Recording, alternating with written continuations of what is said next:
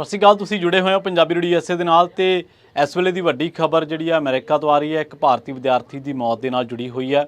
ਇਹ ਭਾਰਤੀ ਵਿਦਿਆਰਥੀ ਇੱਕ ਝਰਨੇ ਤੇ ਨਹਾਉਣ ਗਿਆ ਸੀ ਪਰ ਵਾਪਸ ਨਹੀਂ ਮੁੜ ਸਕਿਆ। ਉੱਥੇ ਡੁੱਬਣ ਦੇ ਕਰਕੇ, ਉਸ ਝਰਨੇ ਦੇ ਵਿੱਚ ਡੁੱਬਣ ਕਰਕੇ ਭਾਰਤੀ ਵਿਦਿਆਰਥੀ ਦੀ ਮੌਤ ਹੋ ਚੁੱਕੀ ਹੈ। ਤੇ ਇਸ ਖਾਸ ਖਬਰ ਦੇ ਨਾਲ ਆਪਾਂ ਤੁਹਾਨੂੰ ਦੱਸਾਂਗੇ ਕਿ ਕਿਵੇਂ ਸਾਲ 2024 ਦੇ ਜੁਲਾਈ ਮਹੀਨੇ ਦੇ ਆਉਂਦਿਆਂ ਦਰਜਨ ਦੇ ਕਰੀਬ ਜਿਹੜੇ ਭਾਰਤੀ ਵਿਦਿਆਰਥੀ ਨੇ ਉਹ ਵੱਖ-ਵੱਖ ਘਟਨਾਵਾਂ ਦੇ ਵਿੱਚ ਮਾਰੇ ਜਾ ਚੁੱਕੇ ਨੇ। ਜਿਹੜੀ ਜਾਣਕਾਰੀ ਮਿਲ ਰਹੀ ਹੈ ਆਊਟਲੁੱਕ ਤੋਂ ਜਾਂ ਮਿੰਟ ਜਿਹੜੀ ਇੱਕ ਵੈਬਸਾਈਟ ਹੈ India today, Times of India ਤੇ ਇੰਡੀਅਨ ਐਕਸਪ੍ਰੈਸ ਦੀ ਜਿਹੜੀ ਵੱਖ-ਵੱਖ ਵੈਬਸਾਈਟਾਂ ਨੇ ਜਿਹੜੀ ਰਿਪੋਰਟ ਕੀਤਾ ਉਹ ਮੈਂ ਤੁਹਾਨੂੰ ਦੱਸ ਦਿੰਦਾ। ਟਰਾਈਨ ਯੂਨੀਵਰਸਿਟੀ ਦੇ ਵਿੱਚ ਪੜ੍ਹਦਾ ਸੀ ਇਹ 25 ਸਾਲਾ ਵਿਦਿਆਰਥੀ ਜਿਹਦਾ ਨਾਮ ਸੀਗਾ ਸਾਈ ਸੂਰੀਆ ਗੜੇ ਤੇ ਉਹਦੀ ਅਲਬਾਨੀ ਦੇ ਵਿੱਚ ਇੱਕ ਝਰਨੇ ਦੇ ਵਿੱਚ ਡੁੱਬਣ ਕਰਕੇ ਮੌਤ ਹੋਈ ਹੈ। ਨਿਊਯਾਰਕ ਦੇ ਵਿੱਚ ਭਾਰਤੀ ਕੌਂਸਲੇਟ ਜਨਰਲ ਨੇ ਟਵਿੱਟਰ ਦੇ ਉੱਤੇ ਪੋਸਟ ਪਾ ਕੇ ਇਹ ਦੱਸਿਆ ਕਿ ਭਾਰਤੀ ਵਿਦਿਆਰਥੀ ਸਾਈ ਸੂਰੀਆ ਗੜੇ ਦੀ ਬਾਰਬਰ ਵਿਲ ਫਾਲਸ ਦੇ ਵਿੱਚ ਡੁੱਬ ਗਿਆ ਸੀ ਉਹ ਤੇ ਇਸ ਕਰਕੇ ਉਹਦੀ ਮੌਤ ਹੋ ਗਈ ਹੈ। ਇਹ ਜਿਹੜਾ ਵਿਦਿਆਰਥੀ ਹੈ ਇਹ ਦੱਸਿਆ ਗਿਆ 25 ਸਾਲਾਂ ਦਾ ਸੀਗਾ ਤੇ ਇਹ ਸਾਲ 2023-24 ਦੇ ਸੈਸ਼ਨ ਦੇ ਦੌਰਾਨ ਟਰਾਈਨ ਯੂਨੀਵਰਸਿਟੀ ਦੇ ਵਿੱਚ ਪੜ੍ਹਨ ਆਇਆ ਸੀ ਅਮਰੀਕਾ ਦੇ ਵਿੱਚ।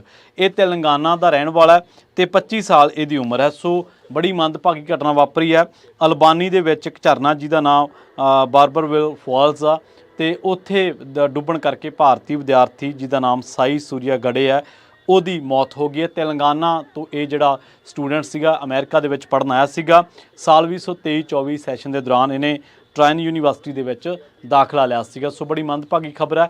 ਪਰ ਇਹਦੇ ਨਾਲ ਇੰਡੀਆ ਟੂਡੇ ਦੀ ਇੱਕ ਰਿਪੋਰਟ ਦੇ ਦੱਸਣ ਦੇ ਮੁਤਾਬਕ ਸਾਲ 2024 ਦੇ ਜੁਲਾਈ ਮਹੀਨੇ ਤੱਕ ਹੁਣ ਤੱਕ ਇੱਕ ਦਰਜਨ ਤੋਂ ਵੱਧ ਜਿਹੜੇ ਭਾਰਤੀ ਵਿਦਿਆਰਥੀ ਨੇ ਉਹ ਵੱਖ-ਵੱਖ ਹਾਦਸਿਆਂ ਦਾ, ਵੱਖ-ਵੱਖ ਘਟਨਾਵਾਂ ਦੇ ਵਿੱਚ ਮਾਰੇ ਜਾ ਚੁੱਕੇ ਨੇ। ਇਹਦੇ ਵਿੱਚ ਸਭ ਤੋਂ ਜਿਹੜੀ ਚਰਚਿਤ ਘਟਨਾ ਸੀ ਉਹ ਸੀ ਇੱਕ ਬੇਘਰੇ ਵੱਲੋਂ, ਇੱਕ ਹੋਮਲੈਸ ਬੰਦੇ ਵੱਲੋਂ ਇੱਕ ਸਟੋਰ ਦੇ ਵਿੱਚ ਭਾਰਤੀ ਵਿਦਿਆਰਥੀ ਦਾ ਕਤਲ ਕਰ ਦਿੱਤਾ ਗਿਆ ਸੀਗਾ ਲੰਘੇ ਦਿਨੀ। ਤੇ ਇੱਕ ਹੋਰ ਜਿਹੜੀ ਰਿਪੋਰਟ ਆਪਾਂ ਤੁਹਾਡੇ ਸਾਰਿਆਂ ਨਾਲ ਸਾਂਝੀ ਕੀਤੀ ਸੀ, ਭਾਰਤੀ ਵਿਦਿਆਰਥੀ ਜਿਹੜਾ ਉਹ ਲਾਪਤਾ ਹੋ ਗਿਆ ਸੀਗਾ। ਤੇਲੰਗਾਨਾ ਦੀ ਉਹ ਸਟੂਡੈਂਟ ਸੀਗਾ ਤੇ ਉਸ ਮਾਮਲੇ ਦੇ ਵਿੱਚ ਪਰਿਵਾਰ ਤੋਂ $1200 ਦੀ ਫਿਰੌਤੀ ਮੰਗੀ ਗਈ ਸੀ। ਬਾਅਦ ਦੇ ਵਿੱਚ ਉਸ ਵਿਦਿਆਰਥੀ ਦੀ ਮੌਤ ਹੋਣ ਬਾਰੇ ਪਤਾ ਲੱਗਿਆ ਸੀ, ਉਹਦੀ ਲਾਸ਼ ਮਿਲੀ ਸੀਗੀ। ਪਿੱਛੇ ਜੀ ਹੁਣੇ ਤਿੰਨ ਭਾਰਤੀ ਵਿਦਿਆਰਥੀ ਸੀਗੇ ਜਿਹੜੇ ਇੱਕ ਬਹੁਤ ਜਿਹੜਾ ਜ਼ਿਆਦਾ ਭਿਆਨਕ ਕਾਰ ਹਾਦਸੇ ਦਾ, ਸੜਕ ਹਾਦਸੇ ਦਾ ਸ਼ਿਕਾਰ ਹੋ ਗਏ ਸੀਗੇ। ਅਲਫਰੇਟਾ ਇੱਕ ਇਲਾਕਾ ਜਾਰਜੀਆ ਦੇ ਵਿੱਚ, ਉੱਥੇ ਤੇ ਇਹਨਾਂ ਤਿੰਨਾਂ ਭਾਰਤੀ ਵਿਦਿਆਰਥੀਆਂ ਦੀ ਮੌਤ ਹੋ ਗਈ ਸੀਗੀ। ਸੋ ਹੋਰ ਵੀ ਜੇਕਰ ਆਪਾਂ ਗੱਲ ਕਰੀਏ ਇੰਡੀਅਨ ਟੂਡੇ ਦੀ ਇੱਕ ਰਿਪੋਰਟ ਦੇ ਦੱਸਣ ਦੇ ਮੁਤਾਬਕ ਕਹਿੰਦੇ ਕਿ ਸਾਲ 2024 ਦੇ ਵਿੱਚ ਤਕਰੀਬਨ ਦਰਜਨ ਦੇ ਕਰੀਬ ਵਿਦਿਆਰਥੀ ਜਿਹੜੇ ਵੱਖ-ਵੱਖ ਹਾਦਸਿਆਂ ਦੇ ਵਿੱਚ ਮਾਰੇ ਗਏ ਨੇ ਤੇ ਇਹ ਇੱਕ ਅਲਾਰਮਿੰਗ ਸਿਚੁਏਸ਼ਨ ਹੈ ਕਿਉਂਕਿ ਕੁਝ ਭਾਰਤੀ ਵਿਦਿਆਰਥੀ ਜਿਹੜੇ ਨੇ ਉਹ ਹਮਲੇ ਦਾ ਸ਼ਿਕਾਰ ਹੋਏ ਨੇ ਤੇ ਕੁਝ ਘਟਨਾਵਾਂ ਦਾ, ਕੁਝ ਸੜਕੀ ਹਾਦਸਿਆਂ ਦਾ। ਇਹਨਾਂ ਨੇ ਕੁਝ ਜਿਹੜੇ ਪਿੱਛੇ ਜੇ ਲੰਘੇ ਦਿਨਾਂ ਦੇ ਵਿੱਚ ਕੁਝ ਹਾਦਸੇ ਵਾਪਰੇ ਨੇ ਉਹਨਾਂ ਦਾ ਹਵਾਲਾ ਵੀ ਦਿੱਤਾ ਹੈ। ਅਪ੍ਰੈਲ ਦੇ ਵਿੱਚ ਇੱਕ ਇੰਡੀਅਨ ਸਟੂਡੈਂਟ ਉਹ ਜਿਹੜਾ ਲਾਪਤਾ ਹੋ ਗਿਆ ਸੀ, ਮਾਰਚ ਮਹੀਨੇ ਦੇ ਵਿੱਚ ਲਾਪਤਾ ਹੋਇਆ ਸੀਗਾ। ਉਹਦੀ ਜਿਹੜੀ ਡੈੱਡ ਬੋਡੀ ਮਿਲੀ ਸੀ ਓਹਾਇਓ ਦੇ ਵਿੱਚ।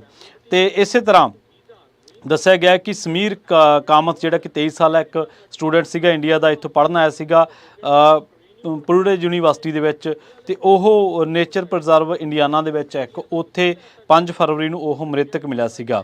ਫਰਵਰੀ 2 ਦੀ ਗੱਲ ਆ, ਵਿਵੇਕ ਤਨੇਜਾ 41 ਸਾਲਾ ਇੰਡੀਅਨ ਓਰੀਜਨ ਜਿਹੜਾ IT ਐਗਜ਼ੀਕਿਊਟਿਵ ਸੀਗਾ ਉਹਨੂੰ ਲਾਈਫ ਥ੍ਰੈਟਨ ਦੀਆਂ ਜਿਹੜੀਆਂ ਧਮਕੀਆਂ ਸੀਗੀਆਂ ਮਿਲ ਰਹੀਆਂ ਸੀਗੀਆਂ ਤੇ ਉਹ ਵੀ ਇੱਕ ਹਾਦਸੇ ਦੇ ਵਿੱਚ ਇਸੇ ਤਰ੍ਹਾਂ ਸ਼ਿਕਾਰ ਹੋ ਗਿਆ ਸੀਗਾ।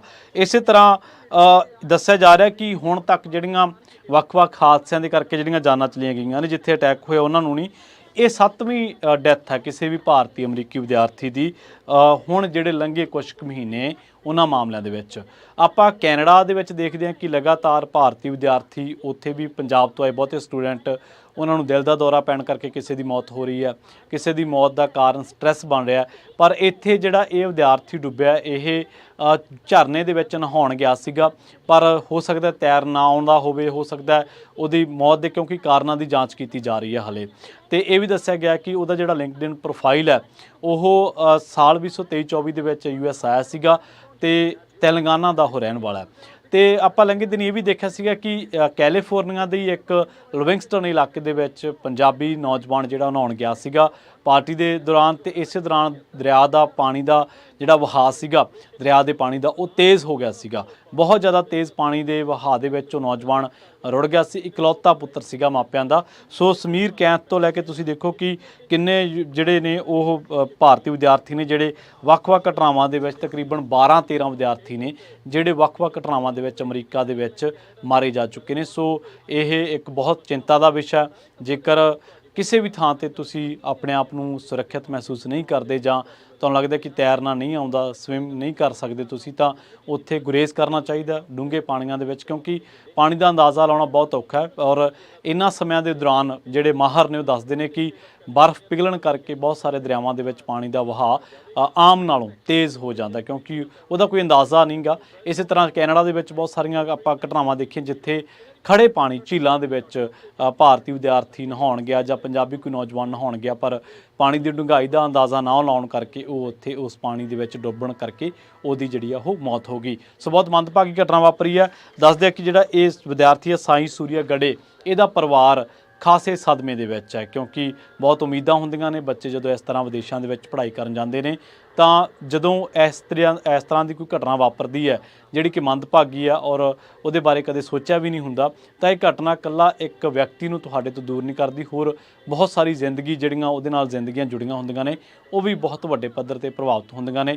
ਸੁਪਨੇ ਚਕਨਾਚੂਰ ਹੋ ਜਾਂਦੇ ਨੇ, ਘਰ ਦਾ ਜੀ ਰਹਿੰਦਾ ਨਹੀਂ। ਸੋ ਬਹੁਤ ਸਾਰੀਆਂ ਜਿਹੜੀਆਂ ਚੀਜ਼ਾਂ ਨੇ ਉਹ ਦੁਖਦਾਈ ਹੋ ਜਾਂਦੀਆਂ ਨੇ, ਜਿਨ੍ਹਾਂ ਨੂੰ ਝੱਲਣਾ, ਜਿਸ ਸਮੇਂ ਦੇ ਜਿਸ ਪੀੜਾਦਾਇਕ ਸਮੇਂ ਦੇ ਵਿੱਚੋਂ ਲੰਘਣਾ ਪਰਿਵਾਰ ਦੇ ਲਈ ਕਾਫੀ ਔਖਾ। ਸੋ ਬਹੁਤ ਮੰਦਭਾਗੀ ਘਟਨਾ ਸਾਈ ਸੂਰਿਆ ਗੜੇ ਦੇ ਨਾਲ ਵਾਪਰੀ ਹੈ। 25 ਸਾਲਾ ਭਾਰਤੀ ਸਟੂਡੈਂਟ ਝਰਨੇ ਦੇ ਵਿੱਚ ਡੁੱਬ ਗਿਆ ਤੇ ਇਸ ਕਰਕੇ ਉਸ ਦੀ ਮੌਤ ਹੋ ਗਈ ਹੈ।